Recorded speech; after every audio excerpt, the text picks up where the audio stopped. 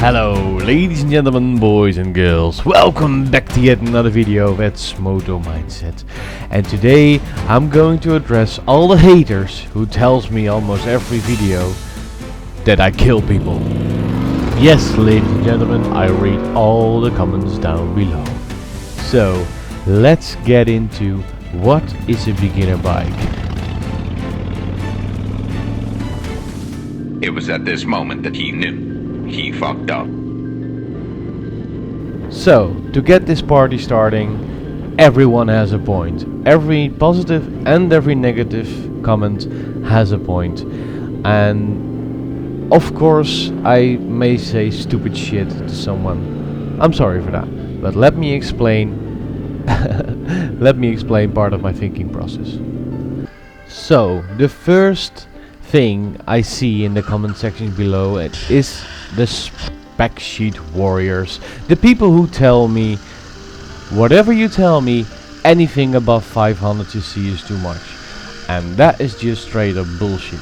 You heard first from me, and you can fight me down in the comment section down below, but that's just bullshit. CC tells you a little bit about the bike, but it's not the whole story. That's why my beginner bike reviews have like 5 or 6 subcategories about riding, which doesn't mention the CCs. It only mentions its power delivery, weight, stability, aerodynamics, seat height and fun, which all matters if you consider a beginner bike. For example, the Kawasaki ER6 I'm riding in this video, and the Yamaha Phaser 2 I'm riding in front of me, both my brother's bikes.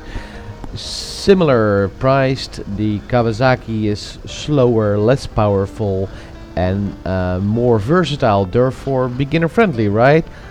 But when you are driving it, you feel like a hooligan. You just want to give gas, you just want to throttle open the road, and the Yamaha is way more calm somehow, and that is not reflecting in its stats. It's just not the thing it is.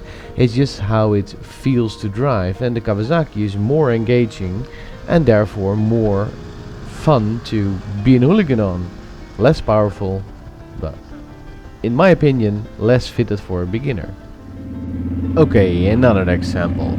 This Honda Shadow 1100cc 2 cylinders machine from 1985, I believe. This must be a death machine for beginners. And the answer is, it can be a death machine, but anything can be a death machine. You can get an eye out with a small spoon. Is a spoon dangerous? No, of course it isn't. So this 1100cc machine only has 78 brake horsepower. It's heavy, it's predictable, it's smooth, it's reliable. If you make a mistake in the corner, it's not completely lock up the rear tire. If you compare this with a Suzuki SL1000 with 174 brake horsepower, do you think that's fitted for a beginner? I would say that's very less fitted than this one. But yet this CC is bigger, so it's more dangerous. No, it's not working that way. And to make matters even worse, that's only the case when you have the Squid Gen, the Speed Demon Gen, when you are the type of person who want to go fast every corner and get the most out of the machine. If you are a more relaxed driver, or maybe a little older, or maybe if you're not wired that way, that's not something you should worry about. And that's a little bit early in the video, but that's where I want to go to. My videos are detailed on every category, what you should take into account considering one of those bikes. And yes, I really believe that the CC is only telling a very small part of the story. Next, what we see in the comments is people mentioning the weight. And yes, I take the weight into account, and usually the heavier bike, it scores less. But still, a bike with a heavy weight can simply outnumber a lighter bike, because it's only a part of the story. Yes, heavier bikes make it harder to maneuver on slow speeds. Yes, heavier bikes are harder to pick up when you drop them.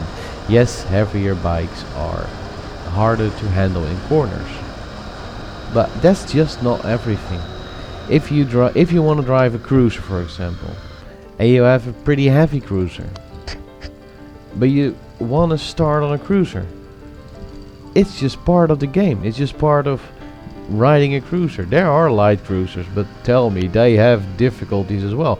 I've driven a Honda, what was it? Honda Shadow, I think. No, not Honda Shadow. A Honda Silverwing from 82, and it was horrible on higher speeds, like 70 kilometers an hour or higher. It was just unstable. Definitely not something you want your younger son to drive. And that brings us to a almost even more important part of the weight, and that is the heavier it is, it suits highway speeds. And why do you think when when you get lessons in the Netherlands, you usually drive a 650, guys, and just like 200 to 220 kilos? I less on the 650. Why? Because they're generally more stable on higher speed, and they're not a crazy weight. When you tip them over, you have a big problem. But yeah, so don't hang on the weight, guys. Weight is a number. Weight helps identify if the bike you're willing to buy might have a problem picking up, or might be hard to move around on a parking place, but it's not a defining key, hard red flag, or anything like that. Then we need to talk about age.